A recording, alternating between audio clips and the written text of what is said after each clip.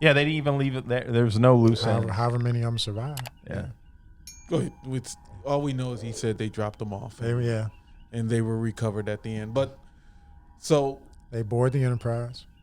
Inspection time. Right. The big inspection, the big wig, the big captain going through, and Admiral going through, and everybody's proud. And Kirk goes down there and he's wiping the control panels with a white rag and looking at it. Scotty's just beaming. And Scotty's looking at him like, you already know. Yeah. This is my engine room. My ship. Right. It's my engine room. That's squared away. Scotty's beaming and everything. And this Enterprise engine room is radically different, but it's got that. It's conveying the power of the ship in a way that they didn't necessarily get across before. Well, you never get to see the engine room in the old series was just a room. Yeah. In a higher up area, but with the dilithium pylons in the middle of the floor. Right, but this is different. It actually looks like you would imagine an engine room. Yeah, you got the reactor shaft going back, and the main room and all that good stuff. And everybody, and now engineering crew wear these protective suits. I was laughing when we were watching the movie, thinking there's some old guy in there. One of the training officers like, we used to do this in red coveralls with a screwdriver. That's right. You guys run around in spacesuits. You young children running around in spacesuits, all safe and stuff. We used to do this in red coveralls. And the only thing I would say, spanner. If those white suits are radiation, like they got gloves, they got booties, they got no helmets, man. Like you're taking everybody's taking the head damage on radiation. You're supposed to run and get your mask. Yeah, but that's for breathing. But it's like your whole head's exposed to radiation. But it definitely gave it a whole nother look and feel. Yeah. So Kirk's doing the inspection. What I got out of this though is they're cutting back to something that's fairly mundane. And Kirk's bored. He doesn't really want to do it. He'd rather be doing. He wants to get to the fun part. Right? He wants to get to the good part. But now we as the viewer have this impending like, hey, something else is going wrong somewhere else. Something bad is happening. You got trouble. You got trouble coming, Admiral. And very few of the plot elements here happen off screen. Right. Like we're along for the journey with the protagonist and the antagonist. There's one line where he says, well, he's not at the space station. He's already been here and he hasn't found what he wants. But that's the only thing really that's off camera. Well, the big thing that happens off camera, and you can kind of imagine how it happens, is the taking of the Reliant. No, well, the taking of the Reliant and the taking of the space regular one. Yeah. You don't get to see those two events. Yeah. You see the ramifications of it. Right. You see the Reliant being manned by Khan's people. Right. You don't see any Starfleet people. And then in regular one, you don't see anybody until they find the bodies. But think of the economy of the editing and the storytelling, because probably a modern version of this would have cut back to SETI Alpha, and you would have seen the crew like huddled out. There wasn't any need for that. Or you would have seen some kind of bloodbath on the Reliant. Yeah. Well, you got limited time, so I'm not sure you're going to see it. Yeah. But they might not have mentioned it. So the point is, they tell you exactly what happened. Right. They tell you what happened. Someone asked a question. What happened to the crew of the Reliant? Well, this is why it's so good. There's a lot of times when they do stuff off camera, you feel robbed. Right. This time, again, to Jake's point, economy of the story, nothing wasted. It happens off camera and you don't feel like they took something from you. You don't feel like, oh, I missed out. It's like, okay, they've given you a very plausible way it can be done. You can kind of fill it in with your own mind and you move on. They give you the outline, you provide the color. So Kirk's reviewing the training crew and young Peter Preston is there. Isn't he Spider-Man? That's Peter Parker. That's right. Peter Parker. But they both get bit by radioactive. But young Peter Preston is there, and the Admiral speaks to young Peter Preston. And what I like about this is they give you this, they introduce this character, kind of almost immediately endear you to him. There's a DVD version of a director's cut of this where Scotty does introduce him. He goes, "There's a whole scene, my sister's youngest," or something like that. Yeah, in the director's cut. There's a whole scene where Scott explains exactly who Peter is, which makes it even I think it makes it better, but I see why they cut it. And then there's an extension of what happens later, which makes it even more kind of. I'm glad it wasn't in the theatrical version because it was a bit cliche. I mean, do we really need that emotional tug on the heart when it comes to Scotty? That he's only going to shed tears over his nephew. No, Scotty delivers. It's even better when you think this is just one of Scotty's guys. It's better if you think it's just one of Scotty's guys. Yeah. So then you have a good moment between Saavik and Spock. Speaking Vulcan. Is this the first time Spock actually is speaking Vulcan? I think so. Or does he speak it in? No, they speak it in the motion picture. But when he's talking to T'Pau. But no, he doesn't say anything. She talks. I don't think he ever says anything. I think he nods and grunts and says yes in Vulcan or something. Okay. But all right. But no, they come up and she's like, he's not what I thought he was going to be. And again, okay, now I know my mentor is one of the legends, and I know I'm being trained by the legends, but now I've met the guy. And she's like, he's not what I expected.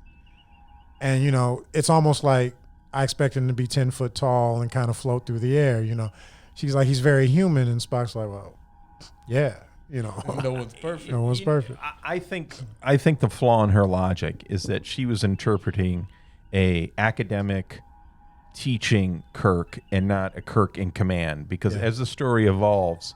Yeah, she sees him very differently. Oh, you could see it in her eyes. Girl. Oh yeah, she becomes a fangirl very quickly when the shots are fired and you see the real Kirk. Yeah. She's getting teacher Kirk and she's like, I thought he'd be more heroic. It's like, well, why does he have to be heroic around you? It's like, he does. The Kirk character does come off as being weak initially. Yeah, he's dialed way down until things really get going, and then you see the original Kirk start. Well, it's disengaged Kirk just kind of going through the motions. Right. It's like finding out your gym teacher used to be a pro football player or something. Exactly.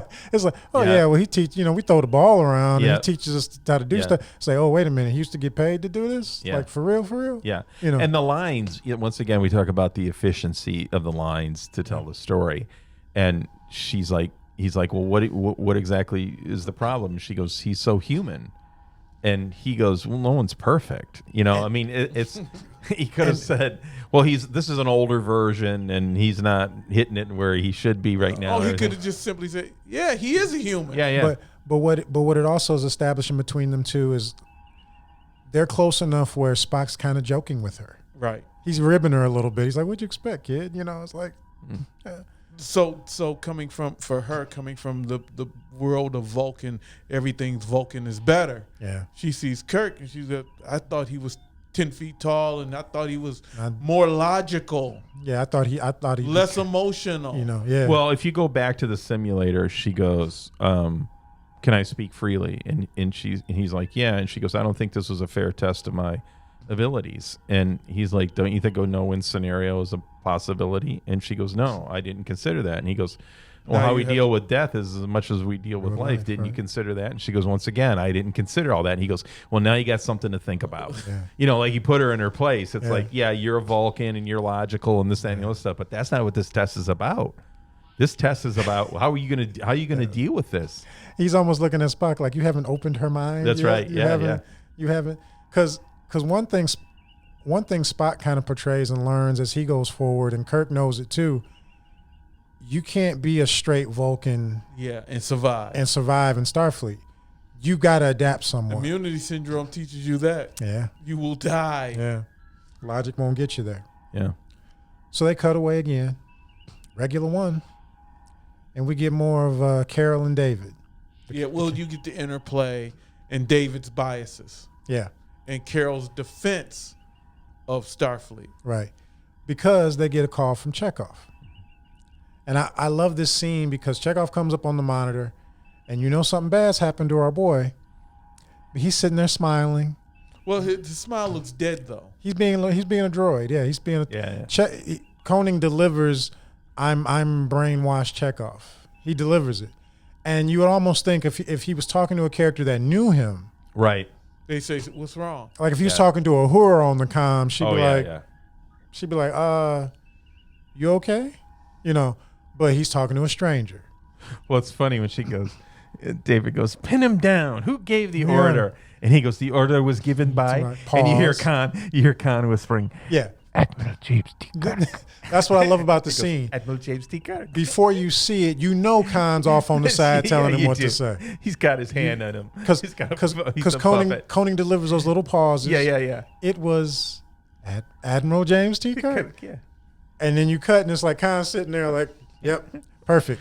I'm sorry, but Admiral Kirk's orders are confirmed. And he's like, we're coming to take Genesis away from you. Get ready to hand it over. He goes, like, we'll be there in 3 days. She goes, oh, you're supposed to be here in 3 months. He goes, SETI Alpha checked out. We're on our way. We're warping your way. Yeah. We're right.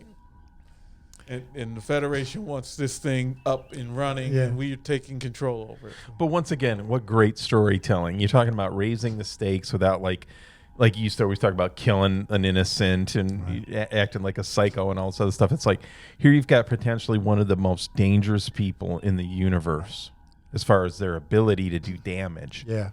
And what do you gift him? The ultimate weapon. The ultimate weapon, yeah. The ability to destroy a world. A Star Trek nuke. Yeah. Because as we know, an antimatter bomb's not really that big a deal. No, we've seen it go off. But now we're going to terraform a planet. Yeah. We got a terraforming torpedo. And you're going to give it to Khan. Yeah. And again, the beauty of the writing. They don't stop the show and give you this whole diabolical Khan plot of what he might do with it's Khan, and they tell you what this thing does, and it's like, oh man, he can't have that. You fill it in. Well, you think he would take it back to Earth? No, I don't. I think he'd take it to a planet. And he would take it to a planet and create a brand new planet for himself. He'd make a Khan planet. He would create a brand new planet for himself. I always thought in the back of my head that he would revenge himself on Earth for what they took from him.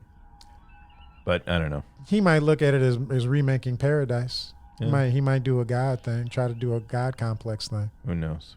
It wasn't going to be good. But the Reliance on its way. And they get together and they have this conversation amongst themselves. And the one guy at the end says, look, all this is academic. Right. That's right. Reliance is on our way. Reliance on his way. She's coming. Yeah. What are you doing? So we can debate on whether or not the moral compass of the Federation and Starfleet is pointing in the right direction. Or we can figure out how to get this the hell out of here. Right. And David, and to Daystrom's point, David goes off on this big tangent about, I told you what dealing with Starfleet was going to be like, and like that overgrown Boy Scout you used to run around with, and blah, blah, blah. Now, at that point, does he know Kirk's his dad? I don't think so. I think she tells him after the Genesis cave. Right. Because his demeanor changes. Right. After the Genesis cave, he makes his way to the bridge, and he's on the bridge for most of the battle. Yeah. So after the confab at the space station. Carol calls Kirk. They cut back to the Enterprise. Right. Here's how confident the writers are. If there would have been a strong desire writing this to tell David prior to the final encounter with the Reliant, right? Because then Kirk is looking over at his son.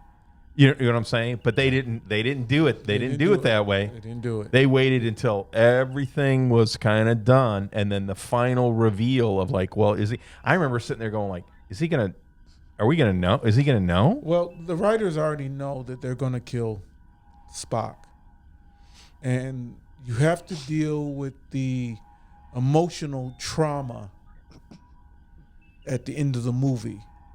So you need something too deep to blow off some of that pressure.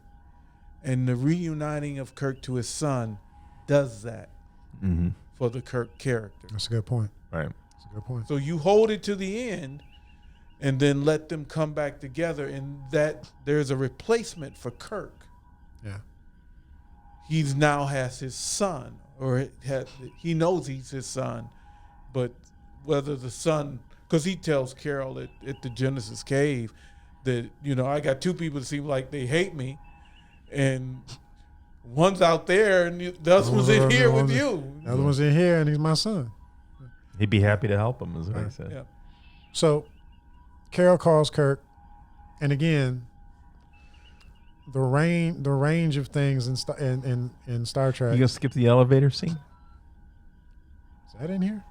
I didn't even make a note on it. Yeah. So remember, he goes into the elevator. Like after that, you cut back to the Enterprise. Yeah, Kirk gets in the turbo lift, and then Savick comes in. Yeah. And then he's like, "Did you change your hair?" And she's like, "It's still regulation." Yeah. Then she stops the elevator. She goes, "Can I speak freely?" And he's like, "Self-expression doesn't seem to be one of your problems. problems." You talk a lot. Yeah. Can I ask how you did it? He's like, "You can ask." He's like, he hits the button. Like, I don't know if I'm gonna tell you. No, he knows he's not telling her. I did. So they have that exchange, and McCoy's like, "Who's holding up the damn elevator?" And he gets on, and McCoy goes, "Did she change her hairstyle?" He goes, I didn't notice." I always took that like, that's two old friends. Like McCoy's taking a shot at Kirk. Like he knows Kirk's are.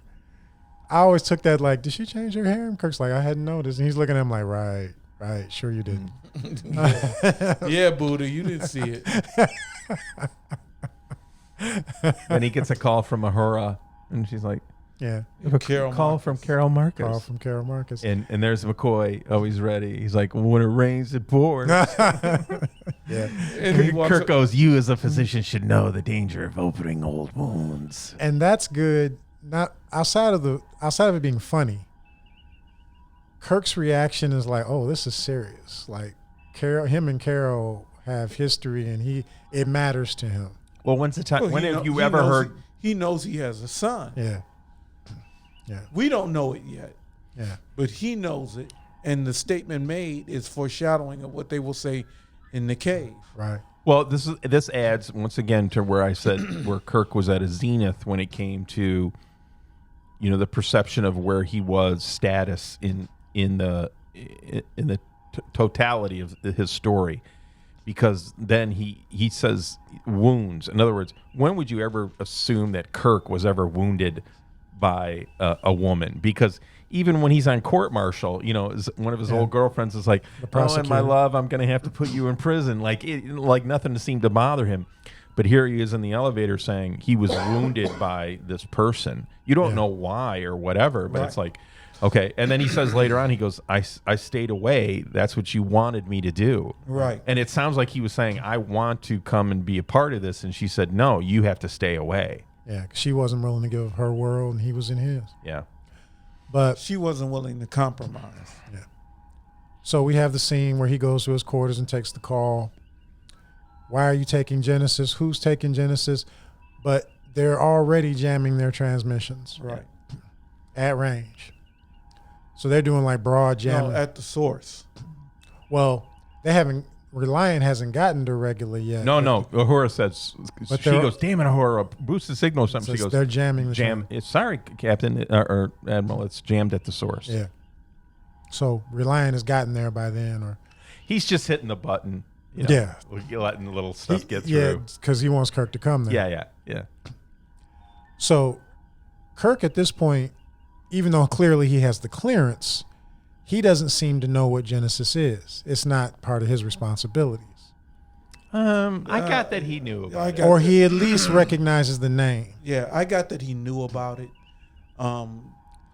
He wasn't tracking it. Right, he wasn't tracking it. Well, here's what I'll say. I don't think he was assigned to it, but when your baby mama is getting a huge project going in the company you're working in, you probably know something about it. Yeah. So she's asking the questions. Nothing can be done because it's blocked. So he goes to talk to Spock, and Spock goes, look, I need more information. Yeah. So he says it would help if I knew what Genesis was. Right. So he has Spock and McCoy come, but he calls Starfleet first to get clearance. And to get direction. Clearance and direction. Because that was one thing I didn't remember. I didn't remember if Kirk took it upon himself. No. But he did not. Well, that's where you get the great line where they've lost touch with Regula 1, and Spock comes down and says there are two possibilities.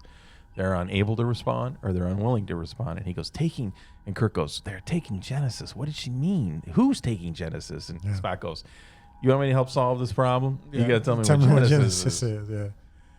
So they go to the ready room. But wait, you missed the point where he goes, okay, have Dr. McCoy meet me in my quarters. And then he turns and he goes, Lieutenant Savick, you have the comm. And then he turns to Spock and smiles. Like, I'm letting her run the ship now. Okay. Spock's just looking at him like, whatever, man. Yeah, I took that as a blow off. You trying to sweeten her up, you old geezer. So they go to the ready room, and then Kirk gets the eye scan, retina scan to prove who he is, so that his level of clearance can give them access. Open up the Genesis file. So they go through and they watch it. You get the Carol Marcus elevator pitch for Genesis. First thing came to my mind was not terraforming planets, was weapon. Right. Yeah. Weapon. We're talking about Universal Armageddon. Yeah. McCoy sums it up quickly. McCoy's right. McCoy sums it up quickly. He said, God did it in 3 days. Here we go, 6 hours. 6 minutes. 6 minutes. We create a brand new. God created the heavens and the earth in 6 days, but watch out. Here comes Genesis.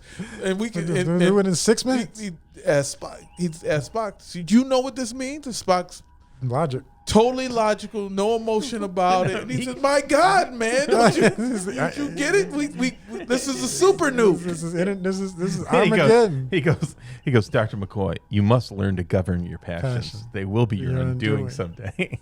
This is a super nuke. This man's talking about logic. Universal Armageddon.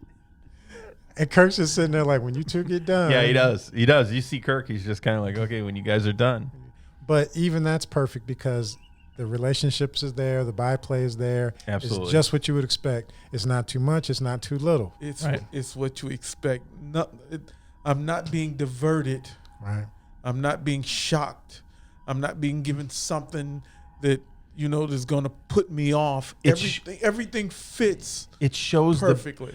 It fits perfectly because it shows the balance of writing good characters that can change status, right? So first it's Kirk, but then Kirk's been kind of wounded in this relationship, so you can tell he's a bit impaired, right? You know, Spock is the high status character in that scene. He's sitting there very calm. He's got his hands together and stuff. But then when McCoy comes in, McCoy's actually standing above them.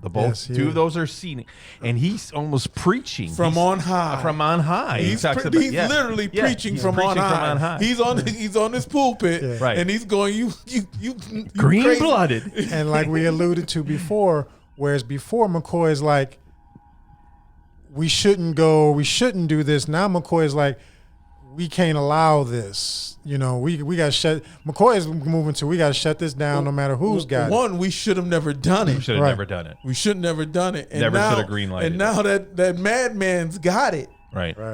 Because David is not wrong. I mean, I think we all agree on this. David's not wrong. I think they have their vision of what they think this can be. But I think Starfleet has another. They listen. Well, we talk through it. Carol Marcus's pitch is that, because we talked about like, why would Starfleet need to create more habitable planets? Carol Marcus's pitch was actually, you can take something you really can't use and make it into something useful, a food growing planet, a planet that will supplies. So it's not a problem to solve scarcity; it's a problem to create abundance. Right. Oh, there you go. That's very profound. Yeah.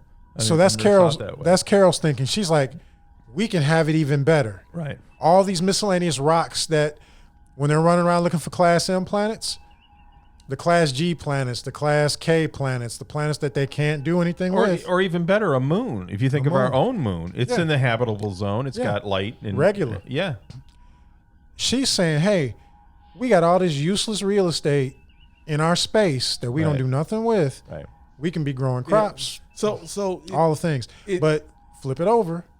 Starfleet's like, and if there happen to used to be Klingons there. Kronos. Hit Daystrom for me. Kronos. Hit Daystrom which one? Me. I am great. You are great. I am great. We're invincible.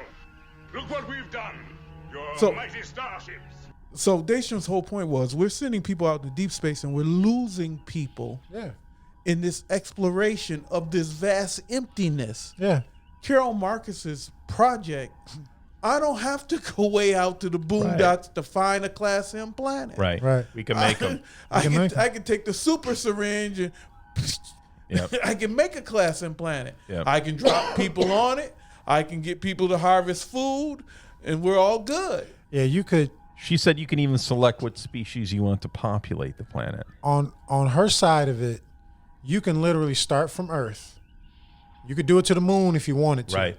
You could start from Earth, and all the known Federation space, all the useless junk can now become very useful. Think about a dying planet. Yeah. Think about a dying planet. Get everybody off of it.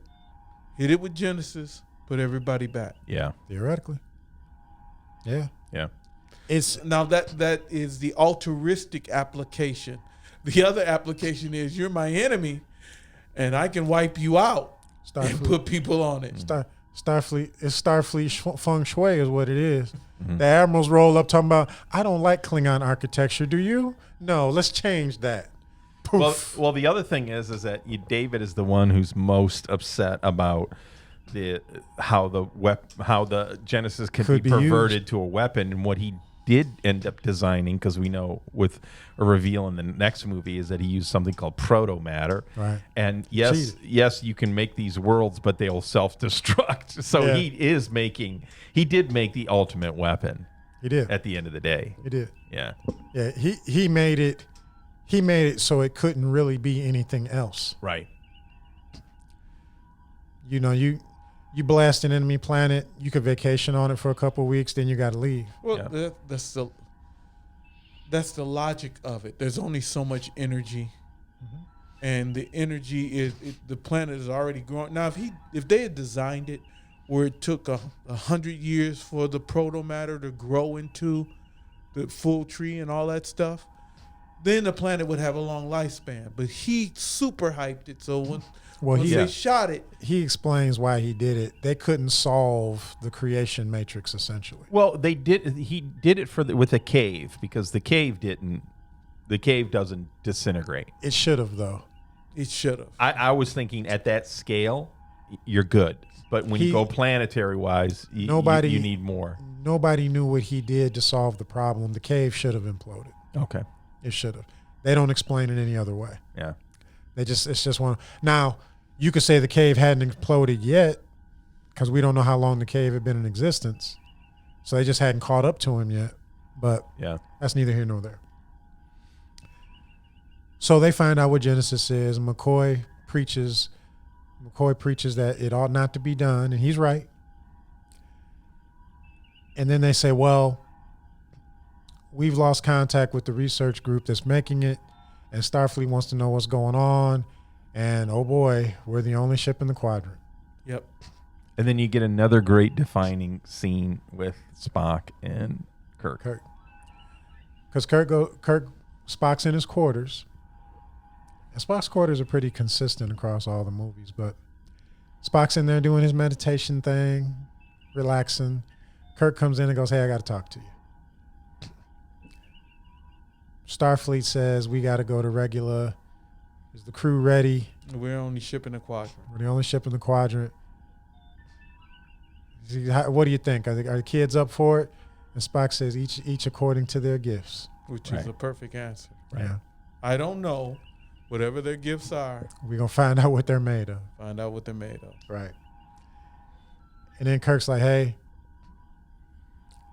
you just got to take me to Regula. I'm not going to. No, Spock says that in this event, the senior officer should take over. He said, of course, the ship is yours. Of course, the ship. Well, he said, first he just says, Kirk, of course, the ship's yours. Kirk's like, no, we don't got to do that.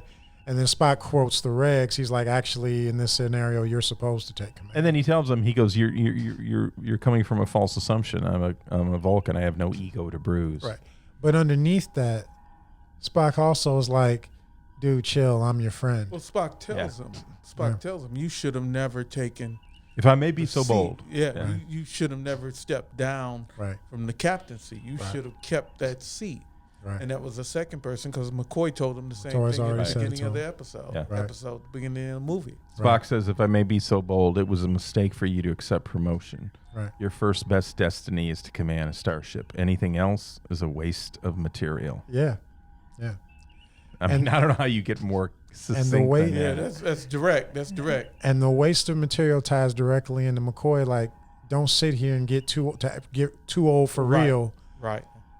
It's like you're wasting your potential. You're wasting your He's- energy. Spock says the exact same thing McCoy says, just a different way of saying it. Right. That you belong in the big chair on a starship, going out there and handling problems.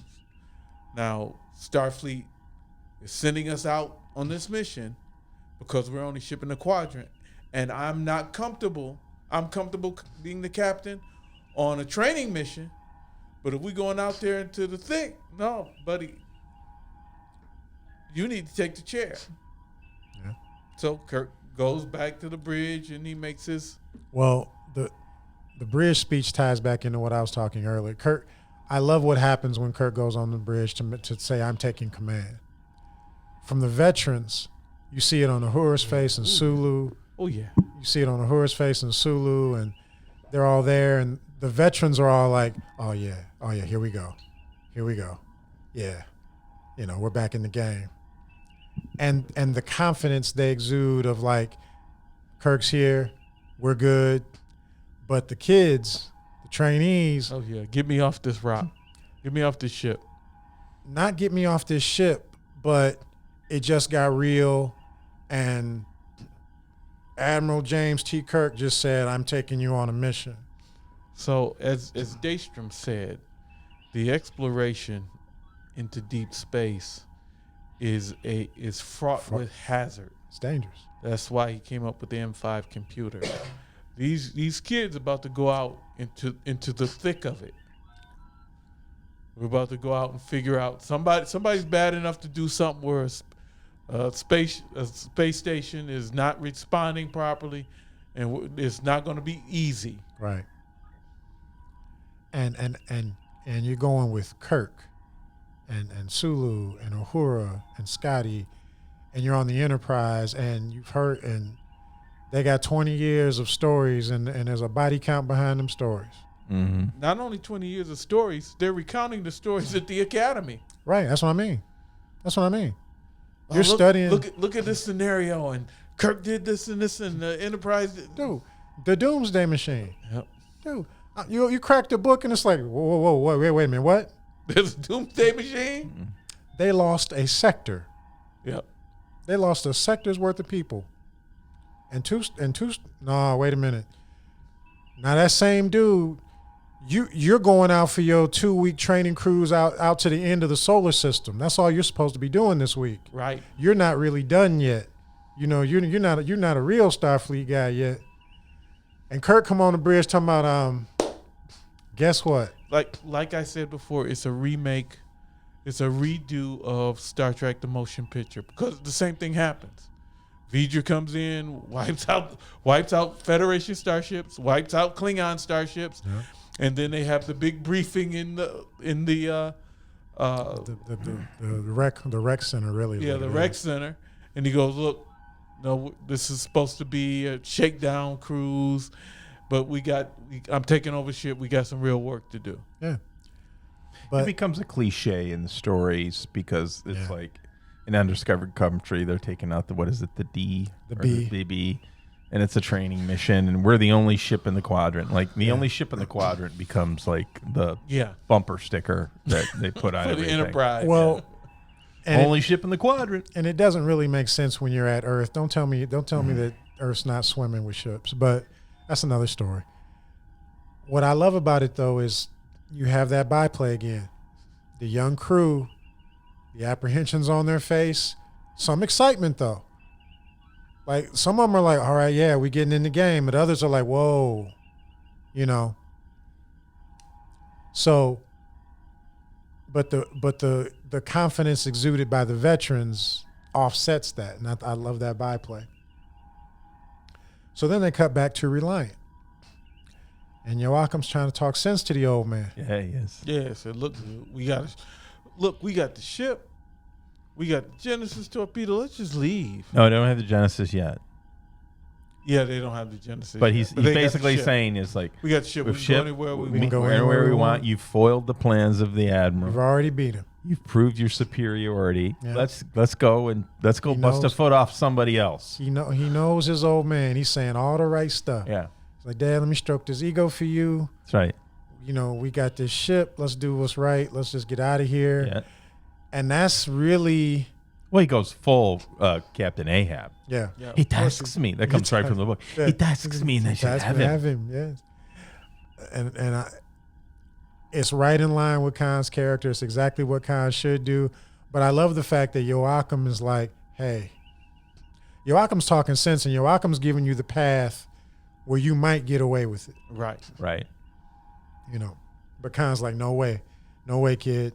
I'm hunting him down. It demonstrates and I'm taking him out. demonstrates a question and an answer to that question that you have as a viewer. Right. Why would he? He's psychotic. Yeah, he has to be. You know, what do they say? We talked about this before. Like, sociopath doesn't care about how you feel. A psychopath doesn't care whether you live or die. Like, you have to. This is a character flaw trait that needed to be reestablished in this story from Space Seed, Right. where it's basically like, look, you don't have to do this. We've got enough. And he's like, no, it's not enough. I have to kill Kirk. And and I got to see him squirm before Yeah. I kill him. And I gotta break him. And it seems like what's his name? Joachim. Joachim. Joachim. You know, the continuation of that dialogue was probably, but what did he call him? Did he give Khan a title or something? He always called him sir. Sir. Okay. He always called him Yeah, sir. yeah. But I would have said if I was him, I would be like, sir. But last time it didn't go so well. Yeah. No, So why are we doing that? That wouldn't work with Khan. I don't know if you can say that to Khan and keep walking around. Because that's a direct attack on his superiority. Yeah, it's just like the crew in Moby Dick. Like they kind of knew where they were being led. Yeah, like in Moby Dick, there's no one who's going to talk Ahab down. Right. Yeah. He doesn't. There's nobody on the ship who has that kind of relationship with him. Right. So, Joachim fails, Yeah. and where are we now? Well, this is where off camera Reliant gets to Regular One and all those things happen. We've Right. already talked about that. Right. Yeah. But this is where Reliant is approaching Enterprise, or Enterprise Yeah. is approaching Right. Enterprise is approaching Regular One. in this quadrant. Yeah, Reliant in our Well, sector. this quadrant. They seen the Genesis information. They should know that the Reliant is tasked to the Genesis project. But Reliant's not supposed to be where it is. That's right. Reliant's not supposed to be hanging out around Regular One. Well, Khan gives a narrative as we're working through the scene. Khan is like, Right, we're one big happy fleet, Right. and it's like, well, they're asking for communication. Let them eat static. Like Right. he lures them in a way that is very believable. Right. And there's even a point where Kirk says, "This is damn peculiar," Kirk and company know Reliant is out of position. Right. Reliant's not supposed to be here. Right. And what Savick tries to go is go, hey, Cap. General Order 12. Shouldn't we don't have Shouldn't we take some precautions here? There's a general order for this. And they're like, and Spock makes an error. Oh, and he goes, checks her. He checks her. He's like, don't tell the Admiral the Reds. Right. But Kirk's actually kind of slipping at this point because Reliant is out of position. Right. Reliant's not following protocol. So we call this buying into the obvious. Right. Do you expect everything to be friendly or everything to be good? Right. So you don't follow all the protocol that you're supposed to because you're expecting things to go right. And that's how bad things happen. And that's how bad things happen. With safety, it's called the Swiss cheese model. The more deviations you can make for eventual bad things, the less bad things you'll have. Right. He sees a Reliant, confirmation, it's one of our ships. Is working with Regulus, confirmation, everything should be good. It's not coming up on us hard, it doesn't have its shields up, everything should be good. until they're not. Yep. So, Reliance approaching. Kirk, they're trying to communicate, and Khan on cue is feeding them kind of what they're looking for. Oh, they say their Barsard collector is overloading their communications. Kirk's suspicious enough at this point to go Spock verify that, and Spock says it's not true. Spock automatically turned to his counsel when it was He said the chambers coil is overheating. He automatically he didn't need Kirk to tell him. He had automatically moved to start checking. Yeah. And then Kirk looked to him and Spock goes, "No, everything's looking good." Right. Well, Kirk says, he goes, "Could it be possible their comm system has failed?" And Spock goes, "It could explain a great many things." And then when that tension builds up, all of a sudden you get a message from Reliant. Hey, our chambers coil is overheating or overloading or whatever. It's affecting our communication. And with just like you said, non-verbals, like Kirk looks, Spock turns and looks at it and says their coil emissions are normal. And then he says they're raising shields. They're locking phasers. Kirk goes to yellow alert and raises the basic defense. As soon as Spock says the chamber coils are regular, he goes yellow alert and defense screens go up. Right. The shield should have already been or something should have already been done according to what Savick said. Right. As soon as their shields go up, my shields go up. Not assuming it's a Reliant. Say there's another ship somewhere else that Reliant sees and we don't see, or whatever. As soon as Reliant shields go up, shields. Something's wrong. They're raising their shields. That's right. Right. Shields. Give me shields. As soon as their shields go up, give me shields. And out of all the fancy graphics that they came up with later on, there's something about those dots. Oh yeah, those dots going around. There's something about the dots going around. It's like I love that. I love that they're raising shields. So do I. And that basic targeting graphic. The thing is with Kirk is that it's like we know the mistakes he's making, but the question is, why is he making the mistakes? Well, the reason that Kirk is making the mistakes is because he's not extrapolating from what he knows to what's happening. Right. Because he's still armchairing it. He's still armchairing it. He is. What's that? You do DCS.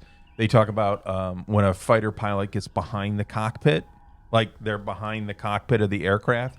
They're mentally behind where the jet is. They've got to crawl. The fighter pilots talk about crawling back into the cockpit and getting into that control thing. Kirk has come on a situation that he knows. You should know everything that's going on, like shields, phasers, torpedoes ready to go. Until I hear somebody crackling on the radio saying like, "Hey, whatever," and then that's fine.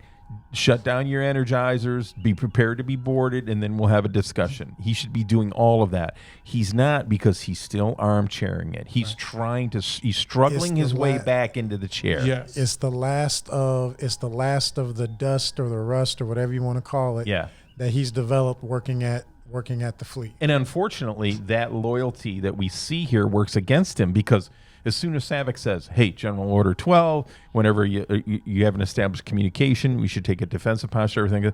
And what does Spock say? He goes, "The Admiral's very aware of the regulations," and it's like, and we're going with his call. Yeah, he is, but he's so rusty now that he's not thinking about the danger. And what Jake's getting at is it's a Starfleet vessel. It's a Starfleet vessel, so he's really not looking for it to be a problem, but the regulation exists for a reason. You know, you go shields up. You can go shields up and weapons ready. Approach it like they approached the Botany Bay, right, in Space Seed. And then if Tyrell calls you up like, "Hey dude, why you hey dude, why you that's a big ship you got there, Admiral. Why you locking phasers on?" Khan even says it. He goes, they say, "Well, they haven't raised their shields yet." And he goes, "No, we're just one big happy fleet." Yep. You know. Yep. And then Khan commences to break a foot off and takes a can opener to the side of the Enterprise. Oh man, did he open it? Tears main engineering apart. He opened it up. It wasn't one hit.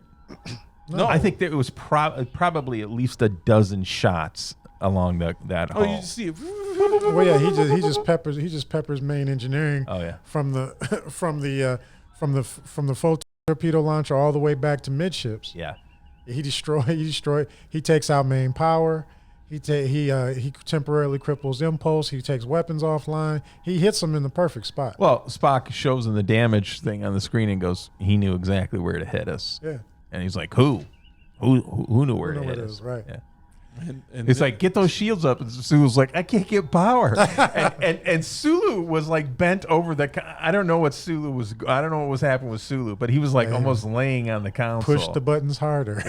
He's trying to get something. Yeah. He's trying to get anything. Yeah. And then when Uhura said they're hailing us for surrender. Yeah.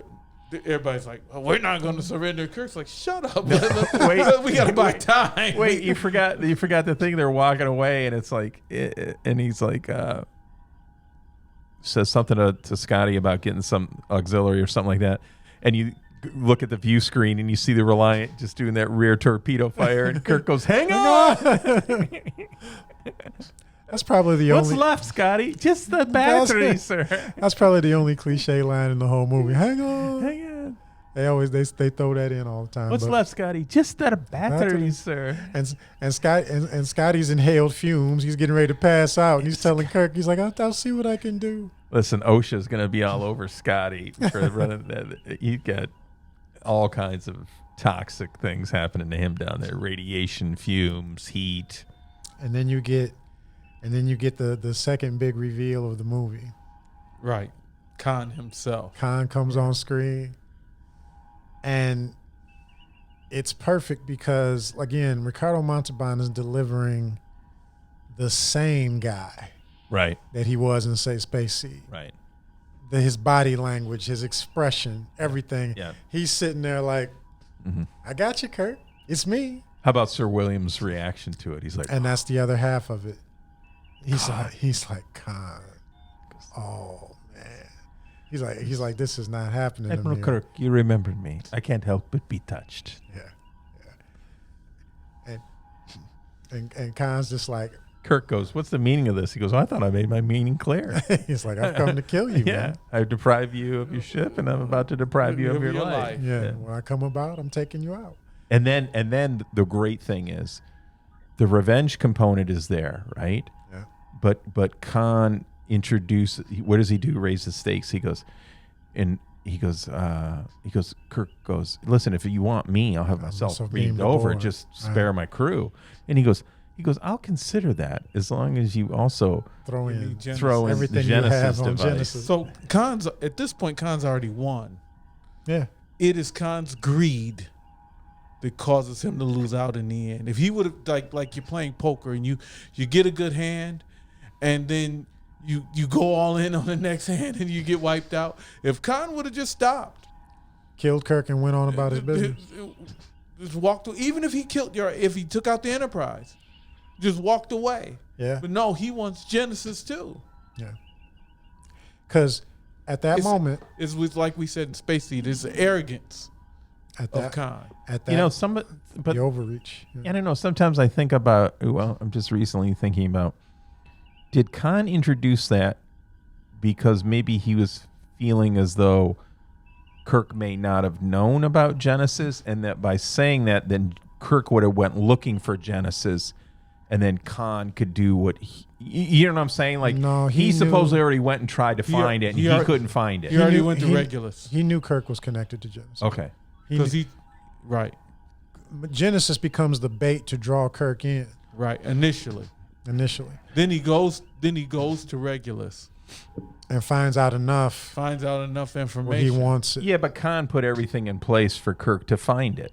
He put those guys there. Yes. You know, we'll get to it, but it's like he knew that Kirk was going to probably be able to find it where he couldn't have. Right. So that's why I question when he goes, "Give me all the materials on Genesis," because it's like, oh, once Kirk knows that that's what that he's going for, he's got to go and secure it, and all you got to do is follow him. Well, at this point, Khan knows about it, but he doesn't have possession of it yet. Yeah. He doesn't have physical possession of it yet. Yeah. So he's looking to get more from Kirk to further that, because he's decided he wants it. And then you get to see two experienced Starfleet captains kind of over there at the rail. Yeah. And Kirk's like, just keep nodding as though I'm giving you orders. Right. And Spock's, and he's going like, well, what about Reliance Command Council? And he goes, He goes, yeah. He goes, we can try that, but if he didn't, he's pretty smart. He might have changed very the code. intelligent. He might have changed the code. And Savick was still lost. I love that line. I use that line a lot when I talk to people like in leadership. I always say, Kirk says, you have to understand the way a starship works.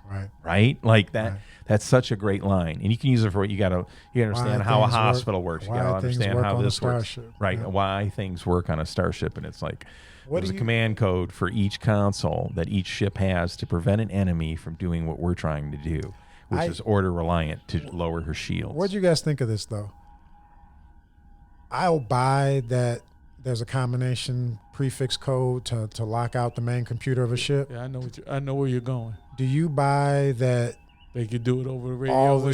Do you buy that all the ship captains can access the other guy's code and that Well, here's what I will tell you: the majority of spacecraft that we've created are controlled by telemetry. Yeah, true. So, I mean, if you had a crew that was disabled and you got this multi-trillion-dollar starship, wouldn't you be able to dial in a code and bring it back in? I struggle with, or I question, and this is just kind of a ship thing, but I struggle with the Enterprise having it in its banks. Theoretically, the prefix code of any other ship. I always assumed, I know that's the way it's portrayed. I always assumed that was an Admiral thing. That's where I was going to say next. If you tell me Kirk's access level allows him to get that information, right? I think that's what I'm saying. But that's not what they do. I know. Kirk says, "Get the code." Spock looks it up. Right. There's no special Kirk Alpha 1-1. Right. There's none of that. Alpha 0, Spock 1 goes 0, into his Alpha console and gets it. It's in there. And he doesn't need anything special to get it. And I was kind of like, Well, I would say that Spock being a captain probably has and it is his ship, technically. Probably has an access to get the codes to other starships. Because the reason I'm saying this is because if you came across a derelict starship and you had to take control over it, you would need to be able to input the access codes. Right. Oh, and I'll buy that. And I'll even go along with you in that Spock knew about it, Kirk knew about it, Savick and the others didn't seem to understand it. They didn't seem to know offhand that their ships had a combination code. Well, I will tell you, too, it seems like the code is sort of limited because would you order Reliant to drop her shields or would you order her energizers to immediately turn off? Yeah. Kirk might have been doing what was expedient in the moment. Yeah, shutting down Reliant might have taken too long. Dropping her shields and doing some damage to her that she can't fight back is probably better off. Yeah, tactically is probably the better decision. But what I also like about this is the beginning of showing very realistically, okay, Khan took Reliant. He's moving it around. He's moved up from Space Seed. They're maneuvering. They got somewhat proficient at the weapons. They're doing all the things. They're still rookies. Yeah. Yep. They don't wait till later to tell you they're rookies. They show you throughout this. The reason Kirk survives is because Khan is still a rookie.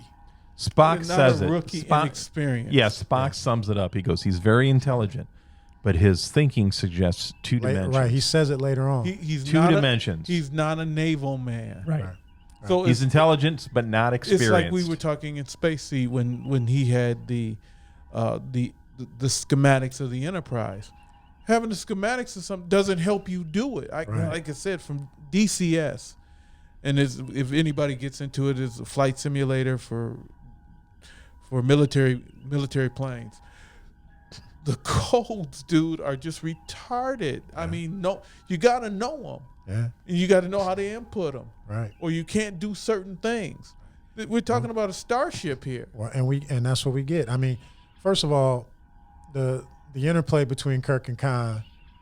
You know, Khan's like, I'm coming around to kill you. Hurry up. And he's like, Khan, the computer. It's coming through now, Khan. He said, you promised not to.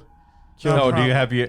How do we know you're going to keep your word? And he goes, I gave you. There is no words for me to give. Yeah, just from my point of view, you have no choice. You have no choice. I'm going to kill you either way. Right. Yeah. And Kirk goes, I see your point. But get ready to receive our transmission. There's a moment here where Kirk fully moves from kind of the sleeping grandfather. The sleeping grandfather. Back into the big chair. Kirk fully comes back into his own because he's playing weak. Right. He's like, Khan, the computers are smashed. I need a little more time. But that dog is back in. That dog is back in, and the synapses are firing. Yeah. He's like, oh, you caught me napping. Never again. Yeah. And he's like, and I love it when Spock's whispering to him over the shoulder, like, I got it, we got it, ready. And then Spock walks over to the console, and Kirk goes, he goes, lock phasers, Sulu, and Sulu goes, phasers lock. Yeah, and so Khan makes another statement, and Kirk goes, here it comes. Here it comes. He looks at him very, boop, here one, it comes. Boop, 6, boop, 0. Now I would have thought our shields are lowering. Raise them. I can't. Yeah, I would have thought that Reliant would have known the Enterprise was locking phasers, but they're sitting there. They got their shields up, and it's like, okay, they're targeting. So what? Yeah. But yeah, again, they're inexperienced. The shields go down, and everybody freaks out. Like, put them back. Where's the override? That's the override. They're looking. The dude's looking. The camera's moving. But that's a great scene. It's a great scene because it shows you how you're out of your depth. You're out of your depths, dude. We should edit a DCS panel in front of it. Sulu looks at that console and knows the whole thing forward and back. Yeah. Their shields are dropping, and Khan's like, I know there's a button. The override. Where's the override? Goes, you walk him out of the way. Yeah, he's like, you know. Oh. He's like, it's here. And it's just a sea of switches. And he's like, And Enterprise hurt, crippled, open, quarter power, delivers the business. Direct hit on the impulse drive. Well, it's the 21-inch guns that, that's loose on the cruiser. It's like direct hit on the impulse deck. Takes weapons offline. That's Sulu, man. Yeah, Sulu's like, I got to hit him here. I got to hit him here. I got to hit him here. Yeah. And we can book. Yeah. Damage is Reliant to the point where they can limp away on quarter impulse power, and Reliant at that moment can't pursue. He goes, fire. He goes, we can't fire. Fire control has been damaged as well as the warp drive. Yeah. Because Enterprise is not going anywhere. Yeah, we've got to withdraw. Right. So they back off. And that's when Kirk makes the statement to Mr. Savik, quote the regs because I got keep caught. quoting regs. I got caught with my. Now the dog is back. No, great. No. Here's the thing. Yeah, the dog is back, but here's what I'll tell you. Harv Bennett doesn't give you it all because what does Kirk do? He takes an old man handkerchief out, and he blots his sweat. Yeah. So in other words, what you're saying is like the dog is out, but the dog has got a gray muzzle. Like he's not fully restored to this person. He's now competent again, but you could see the damage he's taking. That sweat, he's wiping it off like an old man. Well, contrast to Space Seed again. Space Seed supposedly, we said in Space Seed that's peak Kirk. That's Kirk. He's on his game, right? Right. That's 2267. Now it's 2285, and here we go. Yeah, and it's just what it is just telling the audience that it's not like he's right. He's opened up. It's not instant. He's not Superman again. He's better. You're going to start trusting him a little bit more. But when you see a guy blotting the sweat from himself with a hanky, that's an aging move. No, that is an aging move. But the point I'm making, he turns to Mr. Savik, and say, "Look, you were right. I got caught with my pants down. Right. That's not gonna happen. Right. It's like, we got past this one. Right. After that scene of him he doesn't dab himself anymore. Right. He's not patting his head for sweat anymore. Right. He's the dog 100%. He doesn't have a physical ability, but being a captain, knowing how the system works, knowing what it takes to win a fight, that's all back. The reason here's my gentle pushback on that. It doesn't all come back. I'm going to jump to the end. I'm not going to give away too much. But there's a point where Kirk is on the bridge and his arms are crossed and his legs are crossed and he's sitting in the bridge chair and it's turned a little bit to the side. You mean when the Genesis is getting ready to go off? And what you're seeing there is a guy who has made himself a little bit smaller, and he is sort of realizing that he kind of hasn't really gotten out of this, and that's very different from the old Kirk. Who's splayed in the chair and taking up space. Yep. All right. Yeah. But I think he's, and I think that's one of the great things about this story is because you don't go back to a Kirk who's superhuman. He's an aging Kirk, but he's still way above where most people are. I think both of you are right. It's just at different points in time. Mm-hmm. I think in that moment, Daystром's right. He's there. But it's the whole movie before he's because the fully back on top. I want us to get through it. I don't want us to talk about it and have to run through it again because we're eating up a lot of time. But the Kirk down in the Genesis cave is a completely different Kirk than we have at the start of the movie. Yes. He is confident. He's not worried. He asks McCoy, I'm hungry. McCoy's like, you want to eat at a time like this? Look, Kirk was like, look, we got our plan set up. Nothing we can do about it until it's done. But I'm gonna. You're forgetting a great line that's he's sitting there, and they leave, and he's like, why didn't you? I stayed away like you wanted me to. And she goes, he was going to be a part of my world, whatever. Then she goes and leans against the wall, and she goes, what are you feeling? And he goes, there's a guy out there who's trying to kill me. You show me a son who'd be willing to do it. How do I feel? He goes, old and worn out. Like when he starts to recover and get up there, they bring him back down. They bring him down. That's on the emotional stage. That's not on the professional stage. On the professional stage, he's back to where he was. On the professional stage. Now, the original Kirk of the original series, he didn't have all that extra emotional baggage. The only baggage he had was Finnegan. Right. And then when he beat Finnegan's mouth, that baggage was clear. That's right. He didn't. The original series Kirk wasn't carrying a lot of emotional damage. Right. This Kirk, the older gentleman, 15 years later, has a lot of emotional damage. Right. That your emotional damage doesn't take away from your mental proficiency and your skill. Right. Okay. So what we do in my profession, I tell guys, keep that emotion at home. You having a bad time at home, stay home. Don't come to work and bring all your stuff to work where you're not on your game. Being not on your game causes you to lose your life and somebody else to lose their life. Yeah. He knows what he knows as a captain, but she brings that emotional damage back to the forefront by asking a dumb question, how do you feel? What do you mean, how do I feel? I feel like crap. I want to be able to see your pretty face there. I feel bad because I've got an enemy here, and the guy who should be in my corner hates you. You done turned him on me. Mm-hmm. Hates you. Yeah. How do I feel? I feel old. I feel like just laying down somewhere. But I got a battle to fight. Right. Well, you guys are both down in the cave, so I'll catch up to you.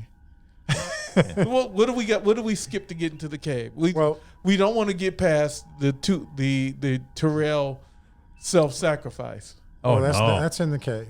Right. Yeah. But Peter Preston, the death of Peter Preston. The death of Peter Preston. Yeah. Okay. Scotty walks up to the bridge. They arrive on Regular One. Yeah. Hey, Scotty, maybe he would have lived if you'd taken him to sick bay instead of bringing him up to the bridge. Right. Okay. Because I'm going to tell you, the turbo lift is not on the way to the. I'm still trying to find how a mouse got on Regular One. Well, that's where I was going to ask. That was a rat. What did you think of the choice? They go full horror movie on us when they beam on the Regular One. Yeah, they do. And they do it effectively. Yes, they do. The music. Yes, they do. The music and everything, they do a very effective transition into horror. The McCoy walking backwards and then turn around and bumping into the dead body. Yeah, you're waiting for Jason Voorhees to be standing there the way they do it. He can pop out. I got a phaser. I'm good. So I wanted to ask you, what did you think? Chunky phaser. What did you think of the choice? What did you think of the choice of the rat in the hallway. It didn't make a lot of sense. I would have preferred a cat. No, I'm going to give Harv Bennett like a nod for like filmmaker, right? So what is that image supposed to represent? It's symbolic. It's supposed to represent an evil that they've discovered that now has entered into the story. Like it's like showing a train going in a tunnel or like a fireworks going off or anything. It's bad omen. It's a bad omen. It's saying you're in a place that's no longer fit for humans. The purity of it is gone. It's now being taken over by things that are scuttling in corners, and it's like, not a good place to be. I couldn't swallow it on a space station. Yeah, I draw the line there too. You know, I would have done it and probably made a little more sense. A lab rat. A white mouse. Yes, because then you can kind of feel it in your mind that this thing got out of a cage. Okay, why they got rats there? Who knows? Or lab rats, but a straight up street rat. They're testing Genesis on them. Okay, yeah, but a straight up, or maybe there's some of the creatures that were created by Genesis. Yeah, but a straight up like sewer rat. Yeah, I was kind of like, I think it's also a horror movie cliche, and when you see the rat, there's this boom boom. Like in the music and everything, it was made to make it creepy. You are absolutely right. It's a horror movie cliche. Yeah, but it sort of drew me out of it because this is a science fiction space type of fantasy. And then he's backing up. I'm like, what the heck are you backing up for? Because you're going back into something. He backs into the hanging bodies. Right. Well, McCoy is the one that saw the rat, right? So you needed something to draw his attention. And so he's looking at that, probably wondering the same thing we are. It's like, what the hell is that doing down here? It probably would have ruined the moment, but it could have been a tribble. Have a tribble on the floor. Yeah, a tribble don't move. But nonetheless, they let down all the bodies. They find the people on Regulus. And they're trying to figure out what's going on. And then they track a life form. They find the boxes and Christy Alley jumps. No, but hold on. There's a thing about the boxes. Kirk shatters the glass, opens the box, and gets Chekhov out. He says, "Oh my God!" Did that take you back to something? Kirk breaks the glass. Oh and gets Khan out. Yeah. Oh yeah. It clicked in my head, probably because we've seen them so close together. But it clicked in my head how they did that, and it struck me like, is that a callback? Yeah, I think it was. Because the choice to have Kirk shatter the glass with his fist. Yeah, it was. Yeah. And then it's just brilliant. It's just brilliant. It's another callback to space. It shows you that there's enough levels and complexity of the storytelling here that even we're trying to examine this under a microscope, and you still can miss some of them. So for me, I'm not a movie creative. So all that callback stuff is wasted on me. Yeah. I don't think it's special. So what? He breaks the glass. So what? He broke the glass to get Khan out. That doesn't do. It might do something for those movie creatives who's, that's called. It does nothing for me. It does nothing for the story that I'm watching right now. The intricacy is that Khan left them there to be traitors that we figure out later on. Right. Mm-hmm. He wasn't just discarding them. Right. He left them there to be traitors, to rat them out when they find Genesis. Right. Trojan horse. So Terrell describes Khan going mad and slitting their throats. Why? Because they refused to give him what he wanted. Just like before. Just like before. Just like in Space Seed. Then Carol Marcus tells them... Don't get past that point, because they didn't give him what he wanted. No, they didn't. They died. Just like in Space Seed. They died. Nobody's rolling over. And it flipped him out. That 23rd century loyalty, man. Nobody's rolling over. Those scientists had grit. Nobody's rolling over.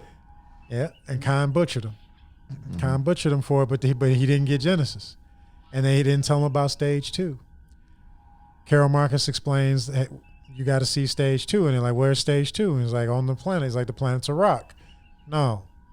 Well, Khan doesn't know all that because he didn't get to see the briefing. Well, she's telling Kirk. Kirk didn't. The briefing doesn't tell Kirk about stage. He tells him there yes, is a stage yes, 2. No, stage 1 was completed in the lab. Stage 2 will be completed underground in a lifeless. But they don't know what surface. exactly They it don't is. know, but he knows it's a stage 2. So when they do a full investigation of Regulus, and they go to the transporter room, and we got to get they find the transporter. They go to the transporter room, and it's on. It's on, and they say, "Well, where are they?" And Kirk goes, "Stage 2." Right. And Savvy goes, "This is in the middle. This transport to the middle of the planet. Middle of the planet, into a rock." And here we go with McCoy again. What if they went nowhere? That's your big chance to get away from it all. Yeah, right. But I like he says to Chekhov and Tyrell. He goes, "You gentlemen can stay here if you want." Like he's already like, "Yeah, you're damaged." Yeah. And Tyrell is very robotic and says, "If that's all the same with you, Captain, Admiral, we'll share the risk." Chekhov seems somewhat normal, but Tyrell is coming off very like he's fighting. He's fighting the bug. Yeah, I'd be looking at him like there's something wrong with him. Yeah. And Kirk does say, "Hey guys, sit it out," and they're like, "No, we'll go." Mm-hmm. You know, and they beam down. And I love that scene transition because the transporter sound takes you to the planet. Yeah. And it's almost like you're on the transmitting of the beam and you get to the planet. Beautiful storytelling. And here we go. Yeah.